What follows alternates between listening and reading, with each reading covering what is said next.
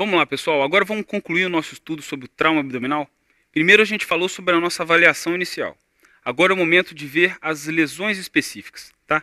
Como que a gente faz a investigação da lesão, né, de cada uma das estruturas, cada uma das vísceras intraabdominais, tá? E se a gente lembrar, né, das vísceras intraabdominais, lembra qual que delas todas é a mais acometida, né?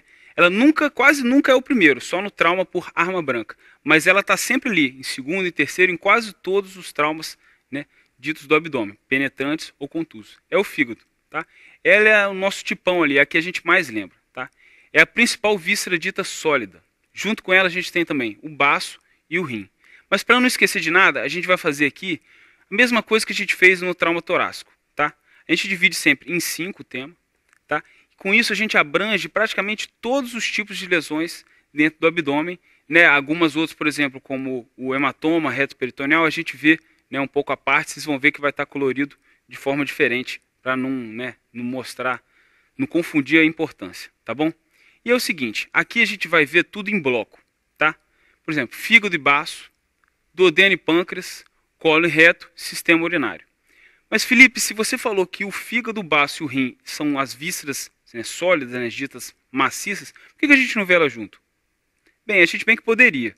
Mas pessoal, o problema é que o fígado, né, por um único detalhe, né, que é a tal da segmentação hepática, ele tem uma classificação, né, um grau de lesão a mais do que o baço e o rim.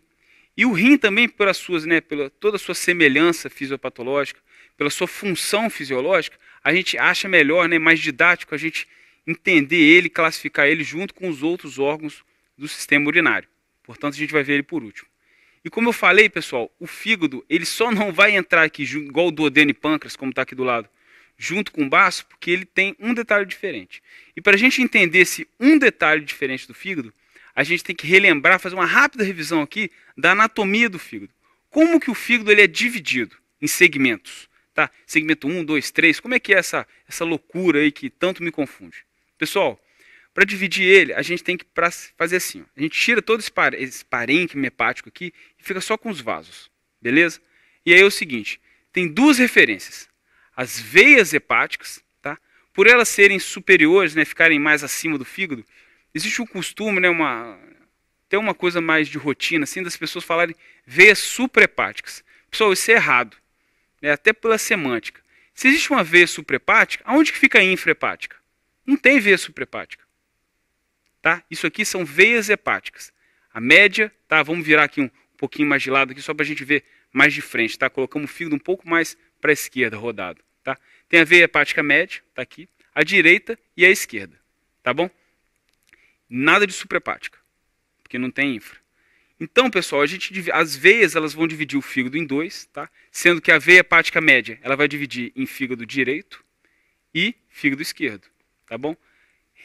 Consequentemente, né, respectivamente, a veia hepática direita vai dividir o lobo direito, né, não lóbulo, o lobo direito do fígado, em mais dois, né, segmento lateral direito, segmento medial direito, e, consequentemente, a veia hepática esquerda também vai dividir o segmento esquerdo, né, do fígado em lateral esquerdo e lateral, né, e medial esquerdo, tá bom? Em mais dois. Com isso a gente divide o fígado em 4, né, só com essas divisões verticais das veias. A outra forma de dividir o fígado, né, não é outra forma, né, mas o outro parâmetro que a gente usa, que em conjunto a gente divide o fígado em 8 segmentos, é a veia porta. Tá? Na verdade, mas como assim da veia porta? A gente virou aqui né, esses vasos por trás para a gente poder ter uma visão um pouco melhor. E a gente consegue ver aqui do lado o seguinte, né, essa bifurcação aqui da veia porta. Tá? E junto com ela bifurca também a artéria hepática, né, e os ductos hepático esquerdo e direito, né, que vem do hepático comum. Tá? Essa bifurcação aqui, nessa divisão, é exatamente o que vai nos trazer o lobo superior, né, os segmentos superiores dos segmentos inferiores. Tá bom? Abaixo da bifurcação, a gente tem os segmentos. Ó, vamos colocar aqui para a gente poder visualizar. Os segmentos 3, 4B. Tá? O 4 a gente entende como um segmento só. Isso é uma pegadinha que confunde muito em prova. Às vezes o pessoal fala assim, quantos segmentos tem o fígado? Aí vai lá, isso aqui é pegadinha. Aí você quer saber demais? Aí fala 9. Só que, pessoal, o fígado tem 8 segmentos. Só que o 4 ele é subdividido em 4A e 4B. Não errem essa bobeira em prova também, tá bom? Então aqui, os inferiores, né, os que ficam por baixo. 3, um pedaço do 4, 5 e 6.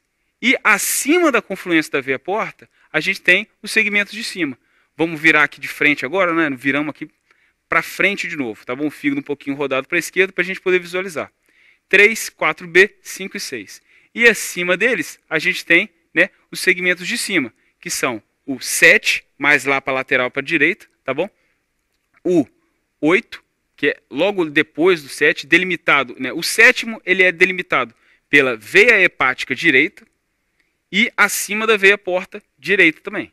O 8, ele fica entre a veia hepática direita e a veia hepática média. Olha que fácil. E acima, né, da confluência da veia porta, né, acima da veia porta direita. Tá bom? Abaixo dele fica o seu respectivo segmento 5. Tá bom? Setor lateral, né, na verdade, setor medial direito do fígado. É o segmento 8 e 5. Tudo bem? Tranquilo, não tem dificuldade. Entre a veia hepática média e a veia hepática esquerda fica o segmento 4A, né, o restante do segmento 4, fica 4A e 4B. E acima da, né, depois da veia hepática esquerda e acima da porta esquerda fica o segmento 2. Lá para trás fica o tal lobo caudado, que a gente chama de segmento 1 também. Tudo bem, pessoal? Então, entendemos o fígado agora como segmentos. Isso é importante porque, pessoal, olha só. Se a gente olhar nessa classificação aqui, nas partes de baixo, a gente vê que o 4, 5 e 6 depende da quantidade, da porcentagem de fígado acometido, ou do número de lobos acometido. Bem, se o lobo direito tem 4 segmentos e o lobo esquerdo também tem 4, então, pessoal, é óbvio que se eu tenho mais de 3 acometidos, como está aqui nessa grau 5 aqui de lesão, mais de 3, né, sendo que tem 4, a gente pode inferir, né, que é mais de 75%. Por isso que a gente tinha que fazer essa revisão rápida do fígado. Tá bom, pessoal? E assim, para não ficar se prendendo em detalhe, grava sempre assim.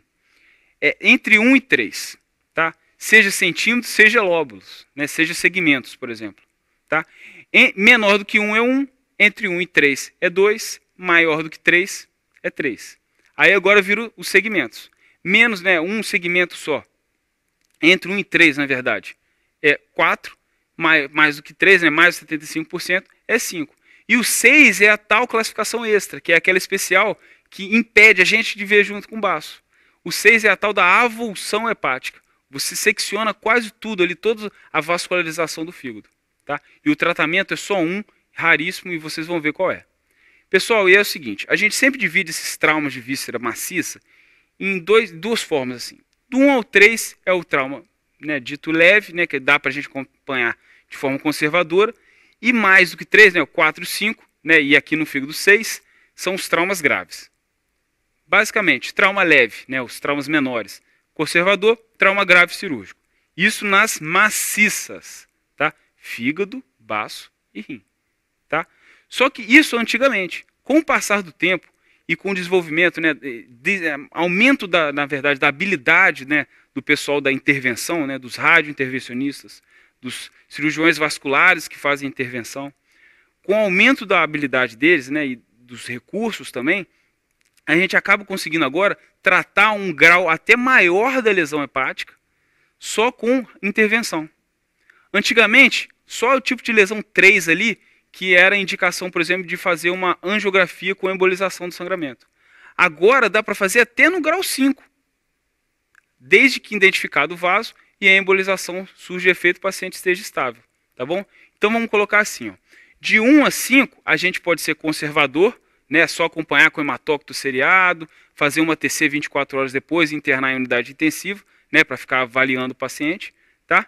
Ou fazer nessa conduta aqui que é conservadora, mas é um pouco intervencionista, que é a angiografia com embolização, que faz pela, né, o pessoal da intervenção que faz, tá? Para as lesões 3, 4 e até 5. Só que, gente, não é todo hospital que tem isso disponível, principalmente o hospital de trauma. Hospital de trauma tem cirurgião de trauma. E cirurgião de trauma resolve isso com cirurgia. E aí a gente classifica assim. Apesar de 1, 2 e 3 serem os menores, o 3 já entra, né, já cabe uma indicação cirúrgica. Tá? Isso aí confunde um pouco às vezes. Porque no rim a gente vai ver que até 3 a gente é conservador. No fígado não. No fígado, no 3, a gente já pode indicar uma cirurgia ali se não tiver intervenção e se o sangramento não se controlar. Por si só, tá? Então, a partir de 3 aqui, 3 e 4, a gente vai, né, adotar uma conduta cirúrgica, né? A gente aborda o paciente cirurgicamente. E aí, para você identificar o sangramento, normalmente é um sangramento por algum vasinho, algum espaço, né? Algum sistema, parte ali do sistema porta, né? Ou uma artéria de algum segmento se lesionou, está sangrando e só para se você identificar. E aí tem a tal da manobra de Pringle, né? Pringle, né? Manobra de Pringle que a gente clampeia, né, com uma pinça hemostática, o ligamento hepatoduodenal. E com isso a gente interrompe o fluxo portal, arterial e também, né, por conta, sem querer, meio que sem querer, a gente interrompe também o fluxo biliar, né, a saída de bile do fígado.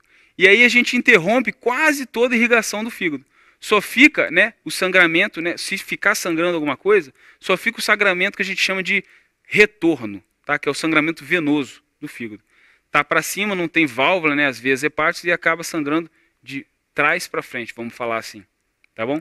Manobra de Pringle serve para isso. A gente vai ver um pouco mais para frente cada uma das manobras, né, as manobras cirúrgicas mais conhecidas com os epônimos, né, seus respectivos epônimos, para a gente poder fazer um apanhado geral e não esquecer de nenhuma na hora da prova. Beleza? E aí a gente identifica o vaso que está sangrando, liga ele e solta o Pringle. Beleza? Tranquilo. Se for um sangramento difuso, por exemplo, você fez o Pringle, está sangrando ainda, um sangramento de retorno, né, aquela área, né, cruenta que está babando ali, e o paciente estiver instável, a gente pode optar pelo tratamento com tamponamento por compressa. E aí no segundo momento você tira a compressa para ver se parou de sangrar.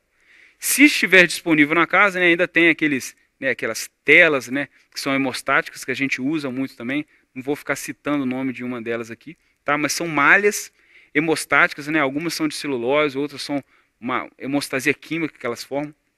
Elas colam ali e interrompem o sangramento, tá bom?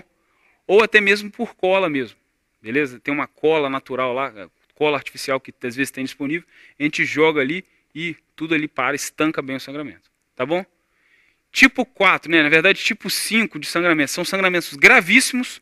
Normalmente, né, o mais clássico deles é a tal da laceração, o acometimento da veia cava retrohepática.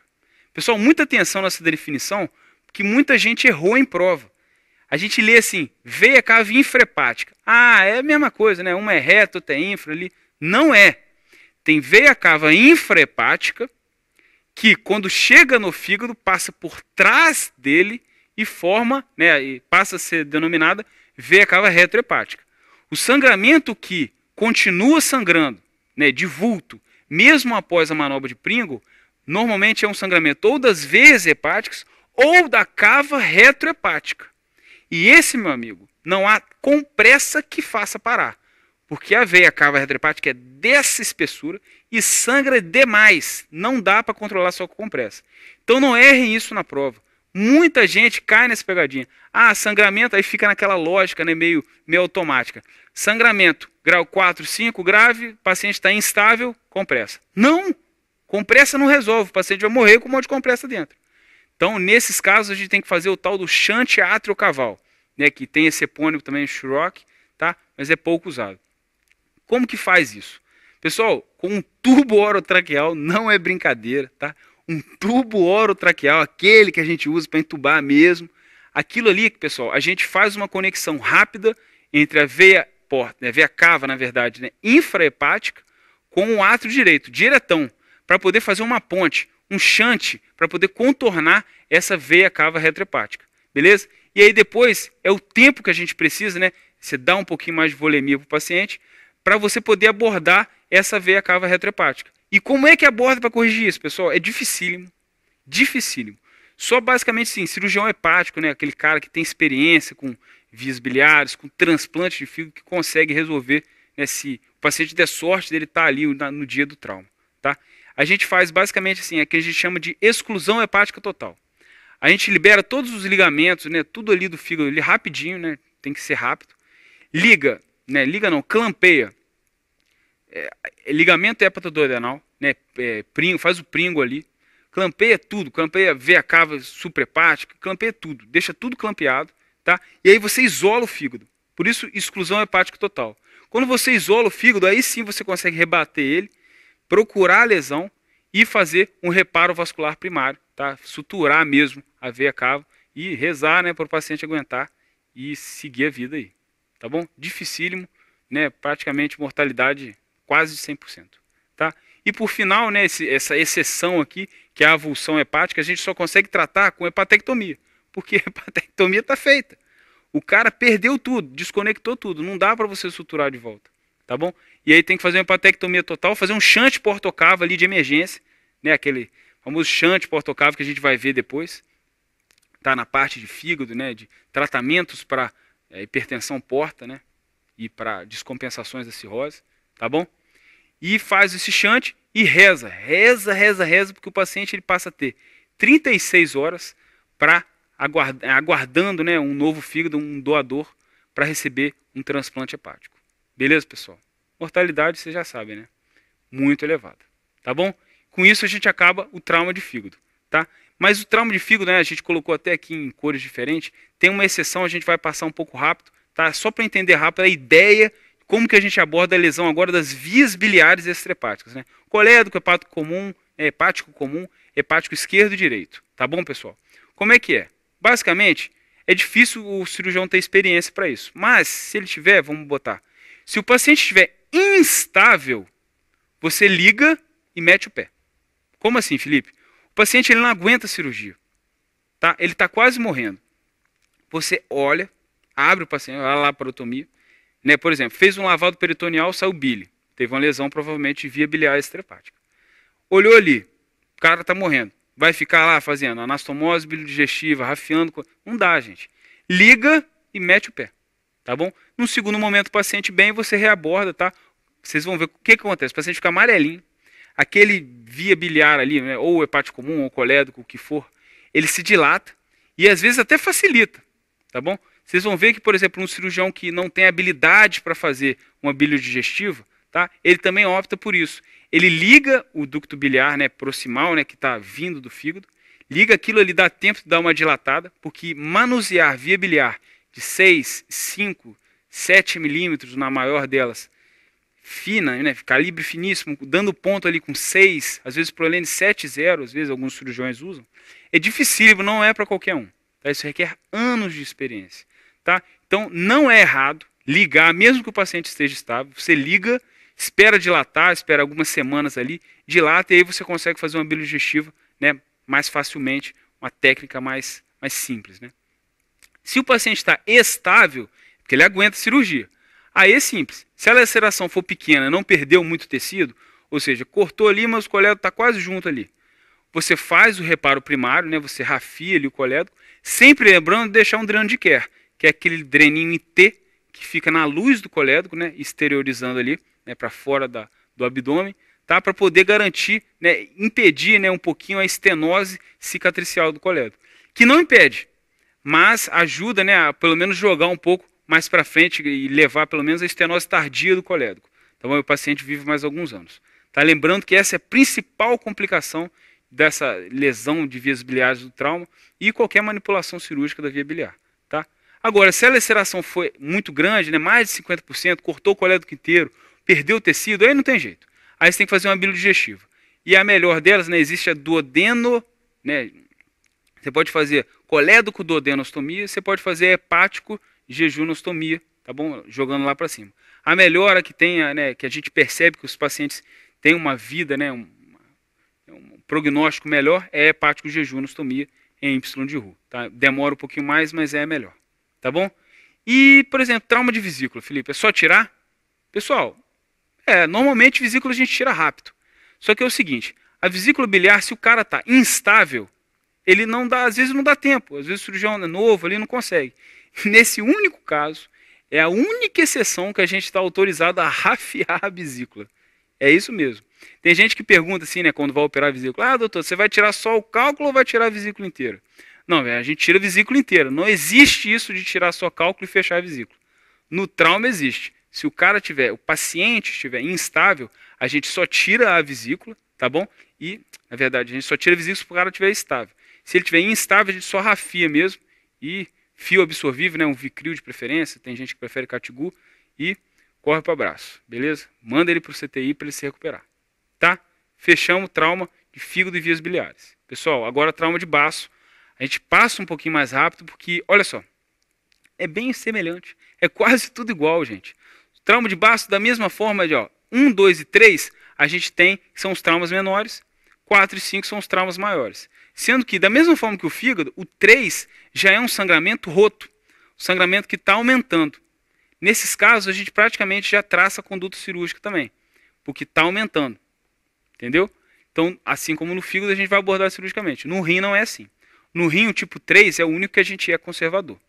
Tá? Só para vocês perceberem essa nuance, esse detalhe da diferença aí da classificação das vísceras maciças, tá bom? Então, basicamente, pessoal, 1 e 2 eu acompanho, né, com hematócito, com TC, 24 horas depois, para poder ver.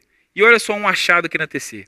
Isso aqui, pessoal, é um baço que ainda está bom, a gente pode olhar aqui, e tem uma laceração. Olha o tamanho dessa laceração, pessoal. Laceração de 3, tem pelo menos mais de 3 centímetros. E se tem mais de 3 centímetros, pessoal, ela entra ali, no número 3, grau 3 da lesão de laceração. Mais de 3 centímetros de profundidade no parênquima. Essas aqui, provavelmente, ela vai indicar ou uma angioembolização também, pode ser, né, uma conduta conservadora, mas nem tanto, né, para poder parar ali o sangramento, ou uma esplenectomia, se for feita, de preferência parcial. A gente só tira aquele segmento ali acometido, tá bom?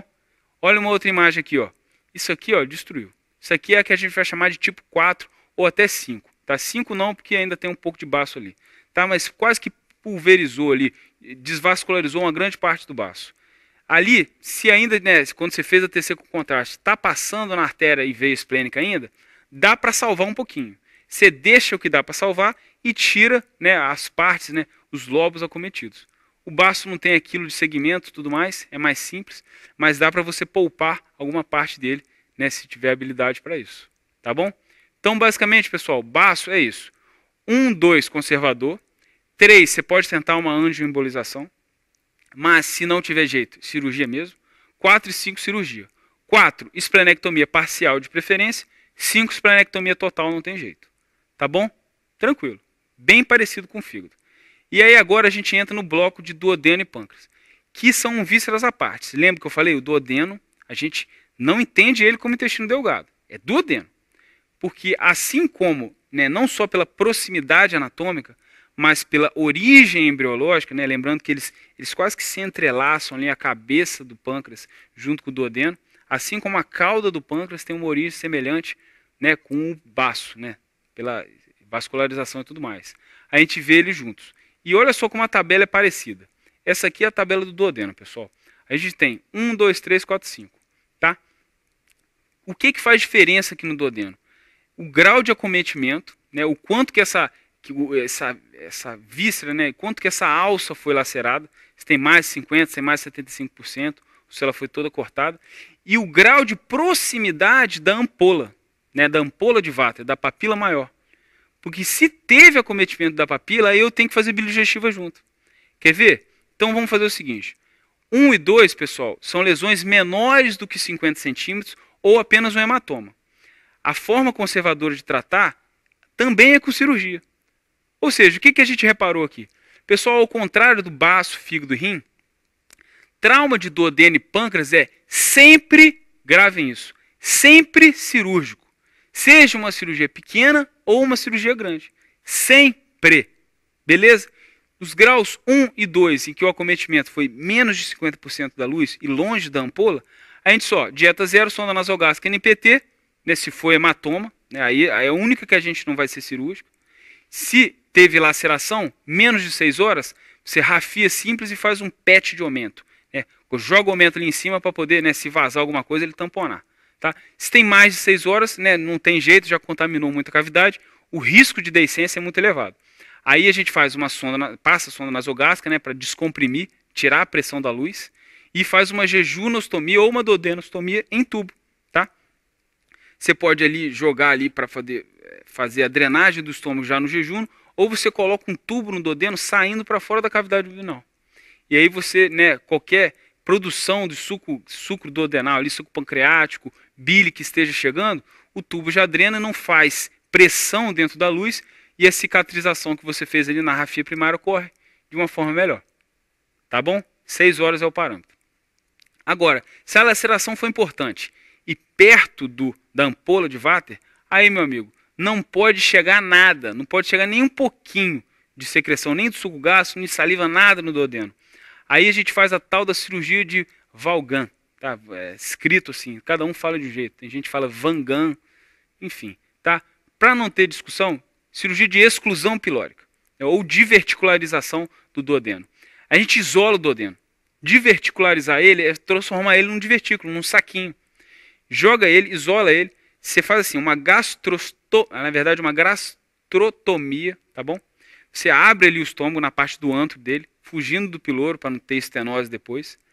Pega o piloro por dentro e faz uma rafia por dentro, como a gente está vendo aqui, ó. E aí você exclui o duodeno de toda a secreção que está vindo do estômago e da saliva, tá? Na amilase salivar. E aí depois você, né, faz a rafia primária da lesão, nada mais vai estar chegando ali do duodeno, só você acrescenta também uma duodenostomia em tubo, tá, para poder diminuir essa secreção, né, essa pressão pela secreção do suco pancreático que chega no duodeno, tá? E do estômago também tem que sair de algum lugar, né? Só com a sonda nasogástrica não tem jeito. Aí você faz uma gastroenteroanastomose, ou mais precisamente, uma gastrojejunoanastomose, né? E como a gente está vendo ali na figura, né? Peristálsica, né? Seguindo a peristalse. Como assim? Vocês veem que a alça ela tem a peristalse, né? No mesmo sentido da peristalse do estômago. Com isso a gente consegue, né? Presume, né, que a secreção gástrica ela vai mais facilmente drenar por essa anastomose, tá? Não fazendo uma pressão ali na alça que a gente excluiu do piloro. Tudo bem, pessoal? Cirurgia de Vaughan, tá? Tipo 4 e 5, aí já é mais complicado, porque teve acometimento da papila, tá? Não foi próximo a ela. E aí você precisa fazer junto uma bile digestiva. E sempre que a gente manipula via biliar, tem que ter dreno de Kerr, que é aquele dreninho tubular em T, que fica, né, bem fininho, que fica dentro da luz da via biliar distal, né, do colédoco, para poder evitar a estenose e evitar, por exemplo, que você, né, por exemplo, sem querer, rafie dentro da luz e aí estenose para o resto da vida, o colédoco do paciente. Tá bom? Reparo duodenal com bile digestivo. Ou reparar a própria via biliar, né, de forma primária, colocando um dreno de Kerr. Tudo bem? Tranquilo? Por último, pessoal, se o acometimento foi total, rompeu tudo ali, destruiu tudo, aí não tem jeito. É um Whipple, se o paciente estiver estável, né? Não tem jeito. Se não estiver estável, meu amigo, aí já era. Provavelmente teve uma lesão de vaso importante, o paciente não vai aguentar. E aí, o Whipple, olha que bacana, o Whipple por uma lesão do duodeno. A gente vai ver que na lesão de pâncreas, olha como é semelhante a tabela. Também vai ser importante, né? A gente também vai ter uma indicação de Whipple, que vai ser na última ali, da mesma forma. Tá? E da mesma forma também, como lá no duodeno, o importante era a extensão da laceração e o grau de proximidade da ampola de Vater, aqui o que é importante, se a laceração foi proximal, ou se ela foi distal, né, no caso do pâncreas, ou se ela teve ou não lesão ductal, ou seja, se acometeu ou não aquele, né, ducto principal do pâncreas, tá bom? Ducto de Wirsug, tá bom? Se teve, é pior, se não teve, é melhor, o risco de fístula é menor. E aí a gente faz assim, bem parecido, gente, olha só. Lesão 1 e 2, tá tranquilo. Dieta 0, sonda nasogástrica, NPT. Se tiver ali algum acometimento, uma laceração, a gente faz o desbridamento e hemostasia. Acabou, deixa o dreno. Se for hematoma, não, deixa para lá. Igualzinho no duodeno. Hematoma a gente deixa, laceração a gente aborda. Rafia primária ali e tal. Beleza, tranquilo. Não tem dificuldade. Agora no tipo 3. O tipo 3 é a partir do momento que tem lesão ductal. E aí a gente divide em lesões distais e proximais. Porque distal ela é mais tranquila. Dá para a gente fazer uma cirurgia um pouco menor. A proximal é pior. E aí, para a gente saber disso, como que a gente divide o pâncreas em distal e proximal? Qual que é o nosso parâmetro, Felipe? Pessoal, não é artéria. É a veia mesentérica superior. Tá vendo ela ali? Ela está passando bem por detrás ali do pâncreas, dividido ele em dois. Cabeça, processo uncinado, tá? E cauda, corpo e cauda. Tá bom? A esquerda da veia mesentérica superior, distal. A direita, tá bom? Proximal. Não tem dúvida? Tá bom. O 3 é uma lesão ductal distal e o 4, vocês vão ver que é uma lesão ductal proximal. Tá? É bem simples, não tem muito mistério. Como é distal, como que a gente tira o pâncreas, né, distalmente? Pancreatectomia corpo caudal, como ele tem um íntimo contato ali de vascularização com o baço, esplenectomia junto. E na proximal? Proximal, pessoal, às vezes o paciente não vai aguentar. Se der, se o paciente, né, ele tiver mal, assim, e se for possível, você acha, né, pela sua avaliação ali na hora, que dá para você só drenar e fazer hemostasia e esperar um pouco, você faz, né, o paciente instável. Se o paciente estiver estável e você tiver habilidade cirúrgica para isso, você faz uma Whipple. Claro que é uma Whipple mais rápida, né, não tem linfadenectomia, não tem muita preocupação de margem oncológica aqui, então é uma Whipple que acaba fazendo mais rápido. Tá? Mas lembrando, são 3 anastomoses que tem que fazer. A intestinal, né, a entro-entro, a pancreato gástrico ou pancreato intestinal, né, como cada um faz, e a da bile digestiva, tá? Fazer a bile digestiva também. Então são 3 anastomoses demoradas, cirurgia que demora muito, o paciente tem que estar muito bem para aguentar ela, tá bom? E lembrando aqui, lesão tipo 5, bem semelhante ao tratamento com a do duodeno. Se der, você segura, se não, faz o hipo, tá bom? É isso, bem simples. Agora, pessoal, rapidamente, delgado, já falei, a gente entende como alças jejunio-ileais. E a gente tem que saber, basicamente, não tem classificação. Ufa, graças a Deus. Pessoal, não tem classificação, mas tem critério, tá? Basicamente é o seguinte, quais são os mecanismos que causam, né, essas lesões jejunio-ileais? São ou, né, trauma penetrante, tá? Ou trauma contuso. Trauma penetrante não tem papo, você vai fazer lá a parotomia e acabou.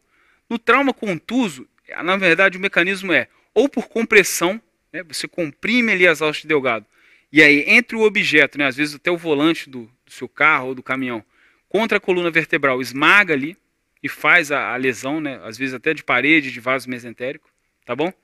Lacerações em pontos fixos, como a gente já falou no bloco 1, ou ruptura em alça fechada. A alça estava dilatada, bateu, acabou, rompeu a alça, explodiu. Vai fazer o raio-x, né, naquele lá no leito mesmo, vai ver um pneumo peritônio e vai indicar a cirurgia. Acabou. E como que é a nossa estratégia cirúrgica? Pessoal, é bem simples. Se a laceração é pequena ou pontual, ou se a laceração é maior que 50 centímetros, né, maior que 50%, né, de todo o diâmetro da alça. Resumindo, pequena ou grande? Pessoal, se for pequena, vai tirar um pedaço do intestino? Não precisa. Pequena e pontual, rafia. Grande ou muitas pontuais, acometendo um grande parte ali da alça, né? Meio que destruiu a alça inteira ali, a alça está feia, vamos falar assim, né? Ou rompeu a alça inteira, vai ficar suturando, risco de estenose futura. Não, você vai fazer uma enterectomia, rápida. Pegou ali até na base dos vasos mesentéricos, ligou, tirou, acabou. Anastomose primária. Lateral ou término terminal, cada um faz de um jeito, melhor é lateral, tá? Não tem segredo. Trauma de delgado, né, jejum ileal, acabou. É só isso. Aqui a gente vai ver se é o seguinte, os parâmetros, tá bom? Quais são os critérios que a gente usa para fazer um reparo primário de lesão de colo? Lembrando que lesão de colo ela é extremamente contaminante, tá? Tem fezes no interior do colo, reto também, e raramente a gente vai poder só rafiar a lesão, por conta do risco, né, de deiscência futura, de contaminação da cavidade. Se o paciente atender todas essas 5 condições aqui do lado, lesão pequena, diagnóstico foi precoce, foi antes de 6 horas, tá? Igual no delgado, idêntico no delgado. O paciente está estável, não teve uma lesão vascular importante que comprometesse, né, a irrigação, né, arterial ou venosa daquele segmento de alça ali que você não te obriga a retirar ele. Se tudo isso está atendido, tranquilo. Rafia primária, Deus nos acuda, tá? Manda, parte para o abraço. Não precisa nem fazer PET, comento, porque o risco de fístula aqui é um pouco menor de colo. Tá bom? Tranquilo. Agora, se essas condições não são atendidas, a gente tem outros tipos de conduta. Aqui a gente trouxe 3, tá? E é o seguinte, às vezes nem todas elas são atendidas, mas 4 estão atendidas e uma não. E aí, conforme essa alternância aí, a gente vai escolher essas diferenças, essas diferentes, né, estratégias cirúrgicas aqui do lado. Quer ver um exemplo? Quando que a gente tira o pedaço da alça e faz a anastomose primária? Quando o paciente está bem, ele está estável, a laceração pode até, né, ter sido ali mais ou menos, mas o diagnóstico não foi precoce. Está contaminado ali, entendeu? Pessoal, se está contaminado, né, nem questão de estar contaminado. Se está tudo contaminado, tá, você fez o diagnóstico com 10 horas de evolução, está tudo ali, qual que é o risco? É um risco de fístula, né, digestiva, de abrir, ter uma deiscência da sua anastomose elevado. E aí você não pode fazer uma anastomose primária. E aí o que a gente vai escolher? Fazer um Hartmann. Né, fazer uma colectomia e deixar uma colostomia ali, porque colostomia não tem deiscência, está ligado ali, tá anastomosado ali na parede. E aí depois, quando esfriar o processo, né, acabar a infecção, você faz a reconstrução do trânsito. Agora, por exemplo, quando o paciente está estável, o diagnóstico foi precoce, aí agora sim a gente vai chegar na anastomose primária, tá bom? Não confundam. Lesão foi, né, a lesão foi pequena, vamos falar assim, né, foi uma lesão mais ou menos. O paciente está estável, o diagnóstico foi precoce. Só que a lesão, em vez de pequena, pensa assim, ela foi extensa. Tá? Não dá para você reparar primário porque vai ficar um segmentão de alça ali, né, com a rafia. Então você faz o quê? Tira aquele pedaço, né, faz uma colectomia pequena, às vezes até só segmentinho, não é oncológica, e faz a anastomose primária. Ou seja, vamos relembrar. A anastomose primária, quando que eu faço? Quando a laceração foi elevada, né, foi grande, foi extensa, e tudo o resto foi atendido. Quando que eu vou fazer a anastomose primária, só que tardia? Né, por exemplo, você tira aquela alça, fecha, mete o pé e assim, um dia depois você entra de novo para fazer a anastomose primária. Quando o paciente teve uma lesão extensa, só que ele está instável, só que o diagnóstico foi precoce. Perceberam? Se o diagnóstico foi precoce, não teve muita contaminação. Então não tem muito risco de fístula. Só que eu não posso fazer a anastomose primária na hora, porque o paciente não aguenta. Então, eu tiro o pedaço, espero um pouquinho, dia seguinte eu entro e faço a primária. Agora, o outro caso, teve contaminação total. Teve contaminação total da cavidade, risco de deiscência, risco de fístula, eu faço um RAT. Beleza? Tranquilo? Fechamos, tá bom? Aí agora é a exceção, a gente até colocou aqui de cor diferente, tá? Trauma de reto extraperitoneal. Pessoal, como não cai nada na cavidade peritoneal, não tem sinais de irritação peritoneal. Então, a conduta, né? Isso é claro, paciente estável. Tá? Paciente instável é indicação cirúrgica. Não esqueçam disso. Paciente estável, a gente sempre vai fazer um reparo primário dessa lesão. E aí, como é que a gente faz esse reparo primário, pessoal? A gente aborda ali a lesão do reto, pode ser até perineal, faz um desbridamento, tira todo o tecido morto que tem ali, faz a rafia primária com fio inabsorvível, tá? Prolene 3.0 é o melhor, tá bom? E faz uma drenagem pré-sacra. Porque assim, pode até vazar. Pode até ter a tal deiscência, mesmo que seja diagnóstico de 10, 12 horas depois. Só que ali não cai no peritônio. Então, para mim, está tranquilo.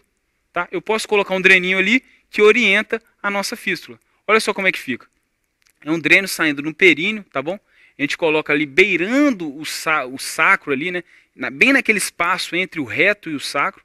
Qualquer extravasamento que tem ali vai puxar pelo dreno, né? Vai sair pelo dreno. Às vezes a gente até coloca um dreno de sucção. E vai, né, melhorar ali a situação e até cicatrizar por segunda intenção aquela parede que foi lacerada. Tudo bem? Além disso, a gente faz uma colostomia de proteção para não ficar também, né, o débito alto do dreno, tá bom?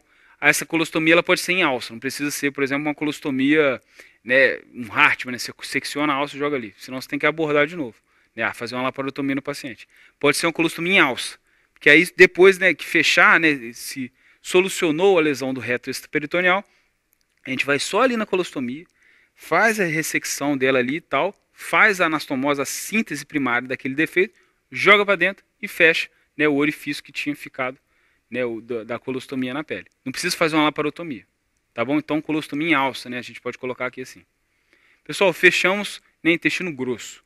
Agora para fechar essa parte, falta só o sistema urinário. E o sistema urinário a gente divide assim, renal, ureter, bexiga e uretra, tá bom? Só para a gente saber alguns detalhezinhos antes de a gente falar de todos eles, o renal, né, o trauma renal de bexiga e de uretra são na sua maioridade contusos. Então, caracteristicamente, a mecânica é trauma por colisão, contusão. No caso da uretra, né, aquela lesão à cavaleira, né, o paciente cai ali com o períneo e bate e acaba, né, lesionando, né, quebrando ali a próstata e o segmento da uretra prostática vai junto, tá bom? Trauma renal também é por impacto, assim como a bexiga normalmente é por explosão. A bexiga está cheia, bate, explode, cai tudo dentro do peritônio, é um desastre. Tá? O ureter não. O ureter normalmente é por ferida penetrante. E aí, vamos ver só mais duas coisas aqui de cada um deles. Qual que é o principal sintoma que faz a gente suspeitar de uma lesão de cada um desses 4 órgãos, tá? E qual que é o melhor exame para cada um deles. Porque até então a gente só viu uretrocistografia retrógrada, que é o clássico para, né, a gente sabe, trauma de uretra. A gente não pode fazer nenhum outro exame, não pode nem sondar o paciente se ele tiver uma suspeita de trauma de uretra. No rim, o principal sintoma é hematúria. Se o paciente tem hematúria e um trauma, né, abdominal em flanco, por exemplo, tem uma suspeita de lesão renal. E o melhor exame é TC de abdômen com contraste.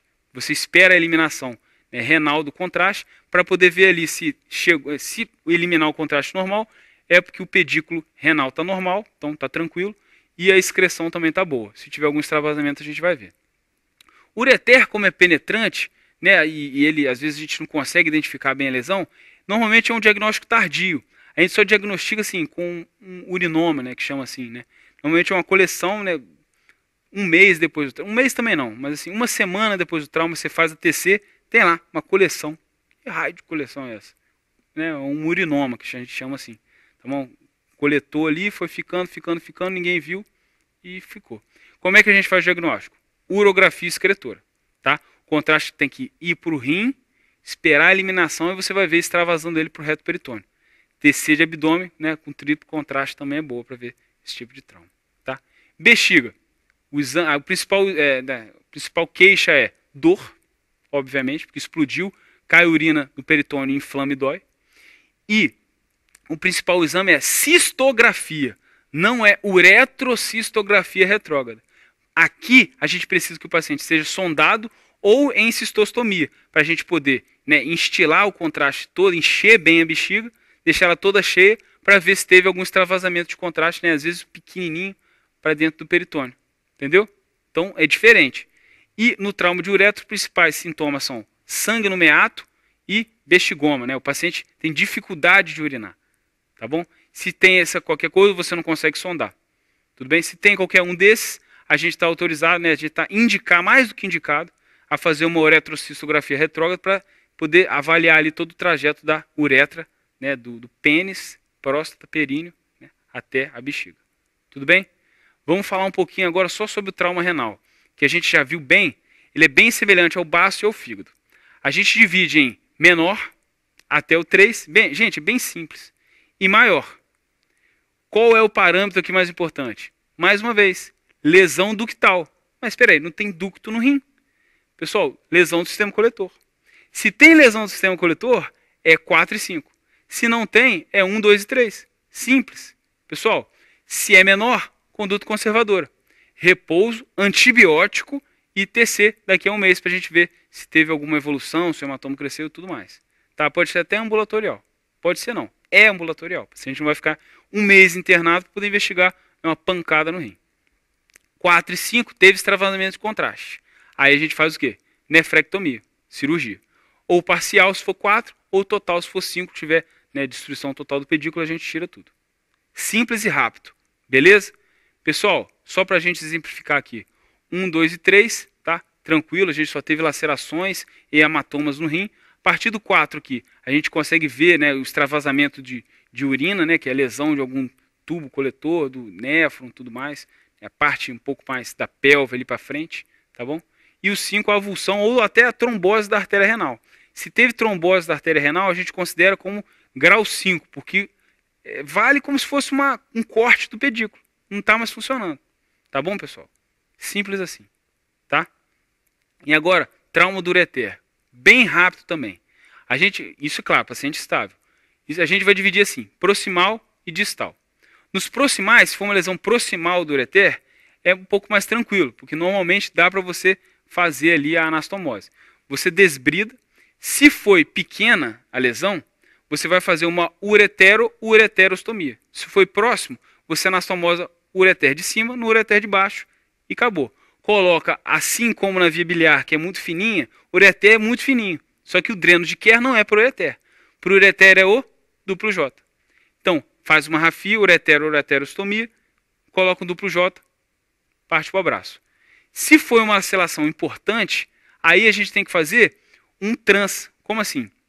Você perdeu muita substância. Não dá para anastomosar o proximal ou o distal, porque dá muita tensão. O que você faz? Pega o proximal, anastomosa no do lado. Simples. Chama-se ureterostomia trans, ou transureterostomia. Beleza? Tranquilo. Mais uma vez, coloca um duplo J para poder guiar ali a urina e não obstruir. Tá bom? Sempre é necessário. Se for distal, tem 3 técnicas possíveis, tá? E a gente colocou assim nessa ordem, tá? De propósito mesmo, que é pela gravidade da lesão. Se for uma lesão pequena e distal, a gente vai fazer a uretero-neocistostomia. A gente reimplanta o ureter na bexiga, porque não teve muita, né, não teve perda de muita substância do ureter. A gente tranquilamente consegue reimplantar ele na bexiga, formando aquele túnel submucoso na bexiga, beleza? Mas se foi muito, foi 4 a 5 centímetros ali, você não consegue jogar ele na bexiga sem fazer tensão. Então você puxa a bexiga para cima, faz o que a gente chama de psoas hit, né? Faz um pet com o músculo psoas, você sutura, rafia a parede da bexiga no tendão do psoas maior. Às vezes é difícil pegar o tendão do psoas maior, a gente põe no do psoas menor mesmo. Rafia ali, jogou ela para cima, e agora você consegue fazer a anastomose do ureter sem tensão. Beleza? E se a perda de substância foi muito maior, foi mais extensa, 10 centímetros, aí a gente faz o tal de retalho de Boari, que está cada vez mais em desuso. Tá bom, pessoal? Como é que é? Com a parede da bexiga, a gente faz uma reconstrução de um ureter. Como assim? Você pega ela, tuneliza, joga para cima, faz o psoas hit, a fixação no psoas é parte do retalho de Boari, né? Uma etapa desse procedimento cirúrgico, fixa no psoas, esse tubo vai subir lá para cima e vai pegar na parte proximal do ureter e vai anastomosar. Subir lá para cima a gente fala de propósito, né, porque é bem lá para cima, tá? Só para dar ênfase, para a gente poder entender que foi 10 a 11 centímetros de perda de substância que são necessários para a gente optar a fazer um retalho de Boari. Tá bom? Tranquilo? Galera, agora rapidinho. Trauma de pelve e hematomas retroperitoneais. É o que falta para fechar, né, esses traumas de vísceras, né, específicas do abdômen.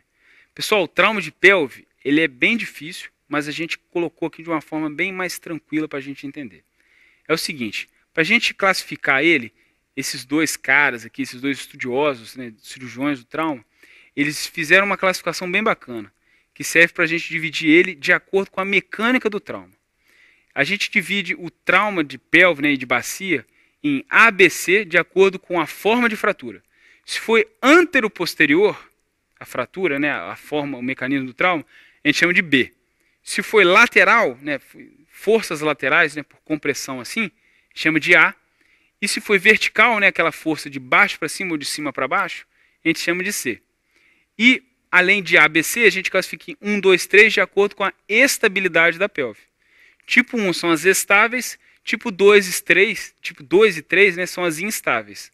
Tá? Não vamos ficar se prendendo muito a detalhes, não. Tá? Porque aí não cai em prova, não é tão importante assim. Tá? Tipo 1, que é o estável, o que é a definição de uma fratura de pelve estável? É quando o anel pélvico, né, que a gente consegue olhar assim, olhando por cima da bacia, quando o anel pélvico ele está alinhado e a abertura da sínfise púbica ela foi menor do que 2,5 centímetros. Tá? Tem umas medidas ali, umas formas de medir, às vezes até no próprio exame da radiografia, às vezes TC, tá, para poder adequar isso melhor. Tem menos que 2,5, está estável. Né? Não é aquela tal fratura em livro aberto, que a gente classifica como uma fratura instável, né? Tipo 2 ou 3 de bacia, onde o anel pélvico, a distância da sínfise púbica, está maior do que 2,5 centímetros. Você palpa a bacia do paciente e ela se move, igual um livro abrindo, né? Vamos falar assim. E aí é muito bacana essa divisão em mecanismos, né, em A, B, C, porque é o seguinte, o tipo A e tipo C, eles, né, a fratura deles tendem a fechar a pelve. Porque quando chega de lado, a tendência é jogar o osso para dentro. E vertical, você faz assim e acaba o osso virando assim e entra também. E aí esse tipo de lesão A e C, normalmente eles cursam com acometimento visceral. Por quê? Normalmente, né, ou espículas ósseas ou a própria ponta do osso, ele fica para dentro, que está fechando a pelve, e ele normalmente perfura vísceras intraabdominais. Enquanto que o B é diferente. O anteroposterior ele bate e a pelve abre a sínfise púbica. E junto com a sínfise púbica, o plexo sacral venoso. E o vaso estirado ele se rompe e sangra. Então o tipo A e C, eles normalmente né, cursam com acometimento visceral, perfura a víscera, e o tipo B com hemorragia. Né, são os clássicos hematomas de zona 13, os hematomas de pelve. Tá bom? E é isso. E é bem típico, tá, pessoal? Tanto A, B ou C. Se for uma fratura estável, é só repouso absoluto, tá? Ela está estável ali, não precisa de nada, não precisa fixar, porque provavelmente o sangramento ou a lesão visceral, o que for, o risco de lesão é pequeno, tá? E se tiver sangramento, ele vai se estabilizar, vai parar sozinho, não tem indicação de abordar. Agora, se for instável, a gente tem que fixar a bacia, fazer uma fixação externa. Se for uma lesão tipo 3, que é mais grave, né? A gente tem até que fazer uma fixação interna, porque só o externo não é o suficiente. Mas o clássico mesmo é fixação externa, tá? Fratura de pelve instável, mais que 2,5 centímetros, abordagem, fixação externa. Fratura de pelve estável, menos que 2,5 centímetros, repouso absoluto, tá? E analgesia para o paciente. Tá bom? Obviamente, se teve hemorragia, a gente vai tratar como um hematoma retroperitoneal, que eu já falei de zona 3. Se teve lesão visceral, a gente trata como as lesões viscerais que a gente já viu, de bexiga, de cólon, de reto, de cada uma tem o seu. Tá bom, pessoal? Hematoma retroperitoneal. Isso aqui tem caído em prova cada vez mais. Antes, 3, 4 anos atrás, não caía muito. Agora tem caído mais. E a gente divide ele assim, ó. A gente trouxe essa figura aqui para vocês verem. É por grau de, vamos falar assim, periculosidade, tá? Zona 1 é mais grave, 2 é mais ou menos, 3 dá para segurar. Vamos falar assim, né, de forma bem informal. Zona 1, normalmente o sangramento ele é o quê? É chamado zona 1 ou central. Normalmente é um sangramento de origem da aorta, ou até do tronco celíaco, ou ramos da aorta, até mesentérico superior e tudo mais. São sangramentos graves, e como são sangramentos graves, eles não param. Como eles não param, a indicação é cirúrgica. Viu como é simples? E zona 2, lembra que ela evolui por periculosidade, por gravidade, né, melhor dizendo. O tipo 2, normalmente o sangramento é renal. Como a zona 1 ela é compreendida naquele espaço ali entre rins, o tipo 2 é lateralzinho, incluído o rim. Então, normalmente é lesão de vaso renal, algum ramo dele, né? O próprio parênquima renal que está sangrando, nem sempre tem indicação cirúrgica. Só se tiver, né, acometimento do ducto coletor. Tá? E a gente vai segurando. Ou penetrante ou contuso. Tá? Os dois são iguais ali, mas o penetrante é um pouco mais comum. Nesse caso aqui, não é por gravidade, zona 2. Então, zona 2 ela pode ser cirúrgica, pode não ser. Depende ali. Se está crescendo hematoma, se não está, se tem disponibilidade, por exemplo, de uma embolização. Entendeu? E zona 3, sangramento pélvico, pessoal. A zona 3 são aqueles sangramentos do andar inferior do abdômen. Pessoal, normalmente o grande vilão dessa história aí são os tais dos vasos ilíacos, tá? Do plexo sacral e tudo mais. Tá? Normalmente, quando você faz a fixação externa, se for venoso, para o sangramento. Se não for venoso, né, se não parar o sangramento, você está vendo ali que está só aumentando, mesmo com a fixação externa, aí é o único caso que a gente tem indicação cirúrgica com o cirurgião geral. E aí, pessoal, a gente entra para ligar vaso. E qual vaso que a gente liga? Pessoal, isso aí vai ficar, eu fiz questão de falar isso para ficar a dúvida na cabeça de vocês. Essa questão, esse detalhe e outros mais, a gente vai abordar no último bloco dessa aula, tá? Na parte das questões. Tem uma questão especial só para vocês fixarem qual é o vaso mais frequente, arterial, óbvio, que a gente liga na hora do trauma, né, nos casos de trauma de pelve com sangramento refratário à fixação externa. Tá bom? Não deixe de assistir. Não vou falar, não adianta. Tá? Pessoal, zona 3, sangramento pélvico, normalmente a gente não mexe. Porque quando a gente mexe no coágulo, destampona o sangramento. Então, normalmente a conduta é conservadora. Então, ficou uma crescente. Zona 1, central, cirurgia. Zona 2, pode ser cirúrgico, pode não ser, mas a gente sempre prefere ser conservador. Zona 3, conservador. Beleza? Fechou. Sem dificuldade nenhuma. E aí acabou agora tudo, né, todas as lesões, todos os órgãos possíveis, tipos de lesões específicas a gente já viu. Aí agora só para fechar, coisas importantes que aparecem em prova. Primeiro as manobras cirúrgicas. Pessoal, Pringle a gente já falou, mas tem outras importantes também, principalmente nessa parte de hematoma retroperitoneal que serve para a gente acessar o reto peritônio. Tá? E só para vocês lembrarem que às vezes é difícil decorar o nome e associar o que cada uma delas faz. Catobra, tá? E Matox, né, o Matox, são bem semelhantes. Catobra, ela é para o cólon direito, né, a gente rebate, né, seca ali todo o ligamento, né, que fixa, né, aquele tecido conjuntivo espesso que liga todo o colo ascendente à parede peritoneal, o paritônio parietal ali da parede abdominal direita, né? Resseca e vai trazendo ele para a esquerda. Vai trazendo para a esquerda, até você acessar ali o reto peritônio e visualizar o duodeno, ureter direito, né, e consequentemente a aorta. Para você acessar a aorta, vocês vão ver que precisa de mais uma manobrinha para poder rebater o duodeno. A gente vai ver qual é daqui a 2 segundos, tá bom? E Matrix é o contrário, tá? Matrix a gente vai ali na linha de Told, tá? Que a gente chama ali, é onde fixa o cólon descendente baço ali na parede, né, abdominal esquerda, né, na parte do peritônio esquerdo. A gente resseca ali naquela linha de Told e vai trazendo tudo para a direita, tá bom? Vai puxando o cólon e aí com isso a gente acessa também. Né? Na direita a gente visualizou o quê? A veia cava, tá bom? Na esquerda a gente vai ver a aorta, tá? A aorta, ureter e outras estruturas do reto peritônio, rim, por exemplo, adrenal, tudo mais, tá? E lembra assim, C, Cateobra começa com C e B, tá bom? São consoantes que vêm antes do M, né? É a forma de decorar um pouquinho melhor, tá? Como é C e B, ela vem primeiro. E o que vem primeiro? Cólon ascendente, tá? Cólon ascendente, Cateobra.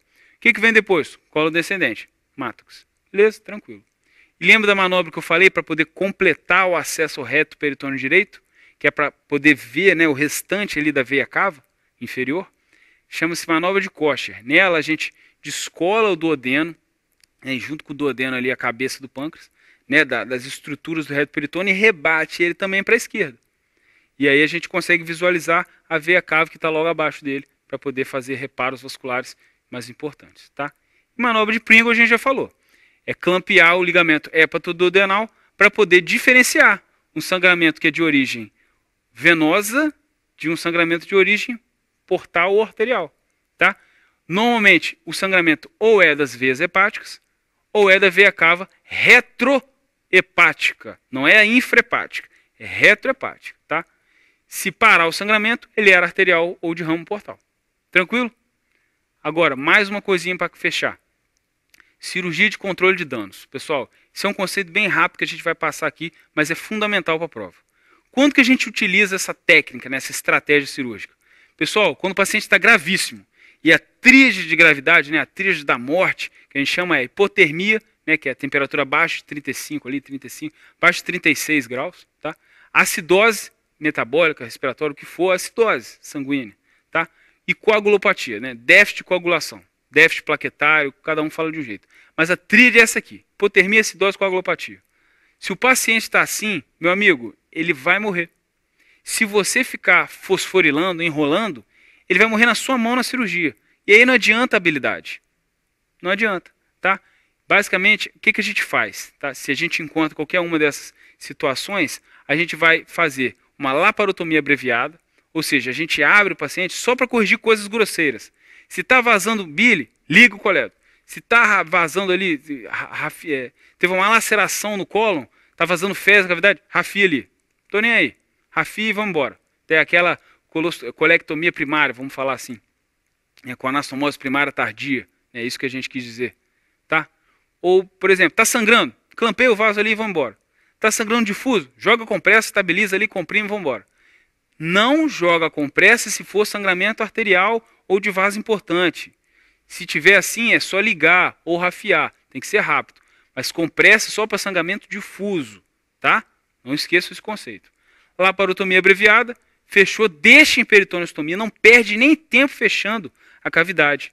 Você faz ou uma bolsa de Bogotá, tem várias técnicas de peritoneostomia, deixa aberto, manda para o CTI, vai estabilizar lá os parâmetros do TI e tudo mais, regular a condição térmica do paciente, tá bom? Regular a acidose, tudo, o distúrbio plaquetário, vai infundir sangue, vai transfundir plaqueta, fatores de coagulação, tudo. Depois que o cara estiver estável, você vai planejadamente, depois que você já fez aquela primeira olhada lá, você vai fazer agora o que a gente chama de second look, né? Dá uma segunda olhada na cavidade peritoneal, você já sabe o que tinha de errado ali, e aí você vai corrigindo, né, as lesões associadas que tinham.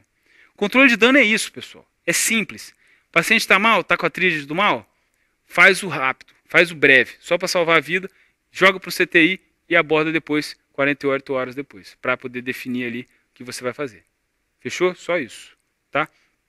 Para fechar, último tema do bloco, pessoal. Síndrome compartimental abdominal. Quando que a gente tem isso, pessoal? É o seguinte, sempre que a gente tem alguma comorbidade e que a gente precisa, por exemplo, até da peritoneostomia, é porque está com aumento da pressão no abdômen. E esse aumento da pressão intraabdominal, ele tem uma série de repercussões. A principal delas, né, não a principal, mas a primeira delas é a compressão renal. Você comprime os rins, né, tem uma pressão aumentada dentro da sua barriga, dentro do seu abdômen, comprime o rim, chega menos sangue no rim, você consequentemente diminui o fluxo renal e diminui o débito urinário. Isso é bem simples. Além disso, tem as repercussões, né, cardíacas, né, cardiovasculares. Como está com a pressão intraabdominal elevada, tá, você vai diminuir o retorno venoso. Tá bom? Você vai estar comprimindo a veia cava inferior. E ela não, né, não consegue levar o sangue, né, de todo o tronco para baixo até o átrio direito. E aí o que acontece? Diminui o retorno venoso, vai diminuir a quantidade de sangue que chega no coração, volume diastólico final. Consequentemente, vai diminuir a quantidade de sangue que sai do coração, volume de ejeção. Consequentemente, a soma disso faz uma diminuição do débito cardíaco. Beleza? Se está diminuindo o débito cardíaco, por que isso está acontecendo? Por um aumento, e a pressão intraabdominal também, aumenta a resistência, né, vascular periférica. Se está aumentando a resistência vascular periférica e o sangue não está saindo mais do coração, o sangue também não vai estar saindo, não vai estar chegando aonde? No rim. Se ele não chega no rim, piora ainda mais esse efeito de compressão renal. Diminui o fluxo mais ainda e o débito urinário, né, praticamente zero. Oligúria. Tudo bem? E por último, né, acometimento, repercussões torácicas. Se você aumenta a pressão intraabdominal, você comprime o diafragma e também aumenta a pressão intratorácica. Quando você aumenta a pressão intratorácica, o que acontece? Você diminui a PVC, porque se está com pressão no tórax, comprime o átrio direito, o sangue não chega no átrio direito. Então a PVC diminui. Lembrando que a PVC a gente lê ali com a pressão que está, né, assim, de uma forma secundária dentro do átrio direito. Tá? Consequentemente, está comprimindo o diafragma. Você diminui a pressão da via aérea, que a complacência pulmonar também diminui, né, ele não consegue, né, se comprimir, a complacência diminui porque aumenta a resistência, ele não consegue comprimir e expandir adequadamente. Tá? Aumenta, na verdade, né, a complacência e diminui a pressão arterial pulmonar. Tá bom? O que isso tudo faz? Faz chegar menos sangue nas extremidades e nas vísceras, né, de uma forma geral. E o cérebro, que não tem nada a ver com o abdômen, como não está, né, como tá faltando sangue, o sangue não está saindo do abdômen, está com congestão na parte de cima. E está com a pressão intratorácica aumentada também. O que acontece? Né, além da hipoxemia e da hipercarbia que causa, né, pela essa piora da dinâmica ventilatória, você aumenta a pressão né, ali está a pia, né, mas na verdade aumenta a pressão intraabdominal, você vai aumentar também a pressão intracraniana. Quando você aumenta a pressão intracraniana por esse aumento de pressão intraabdominal, como que isso acontece? Por tudo isso que a gente já falou. O sangue, ele não consegue, né, ele não consegue chegar dos compartimentos do tronco, né, até o coração, mas de uma maneira, né, meio que contraditória, da de cima está chegando. A parte de cima, né, do retorno venoso do cérebro e dos membros superiores, eles estão chegando normalmente no coração, só que o coração não consegue jogar para frente. Como ele não consegue jogar para frente, acumula tudo para trás, para cima, no caso. Como acumula para cima, você aumenta, né, a pressão intracraniana. Tá? Por isso que a pia também aumenta a pressão intracraniana, isso é uma pegadinha de prova. Tá bom? E aí o que gera? Isquemia das extremidades e isquemia orgânica. Tá bom? Essa é a dinâmica, né? Essa é a mecânica fisiopatológica da síndrome compartimental abdominal. Tá, galera? Para fechar agora, classificações. Tá? Tem duas tabelas e elas são contraditórias. Então, presta atenção. Pessoal, olha só. Qual que é o conceito de pressão abdominal? Tem grau 1, 2, 3 e 4 da hipertensão intraabdominal. Ou seja, abaixo de 12, a pressão abdominal é normal. 12 a 15, que é aquele grau 1 ali, é o valor que a gente usa na laparoscopia, que a gente coloca o pneu peritônio, né, artificial. Fica entre 12 e 15, porque a gente gera só uma pressão grau 1. 16 a 20, né, o grau 2, acima de 20, é grau 3 e 4. Interessante porque acima de 20 é a definição de síndrome compartimental abdominal. E aí, o mais esquisito existe também uma classificação para síndrome compartimental abdominal. Aí você está pensando assim, então ela deve partir de 20, né, Felipe? Não, ela não parte de 20. Olha que loucura. Ela parte de 16. Por que isso, meu Deus? Pessoal, ela parte de 16 porque a classificação foi feita antes da definição. Faz sentido agora? O cara que desenhou essa tabela, ele não sabia que a definição de síndrome compartimental abdominal era a partir de 20 de pressão. E aí ele fez essa tabela aí da cabeça dele, né? Ele quis botar 10 a 15, né? Para ficar bonitinho ali, 10 a 14, 15 a 25, né? Ele foi aumentando de 5 a 5, de 10 a 10. Entendeu? E aí ficou essa loucura aqui. Mas essa segunda aqui, ela é até mais importante, por quê? Se a gente tem uma síndrome grau 1, que na verdade nem é síndrome compartimental abdominal, a gente trata normal, com reposição normovolêmica. Porque ele nem síndrome direito tem. Compreende? Por isso normovolêmica. Agora, a partir do grau 2, normalmente ele já tem, né, uma síndrome compartimental abdominal. E aí agora sim a gente tem que ter mais cuidado com a reposição volêmica.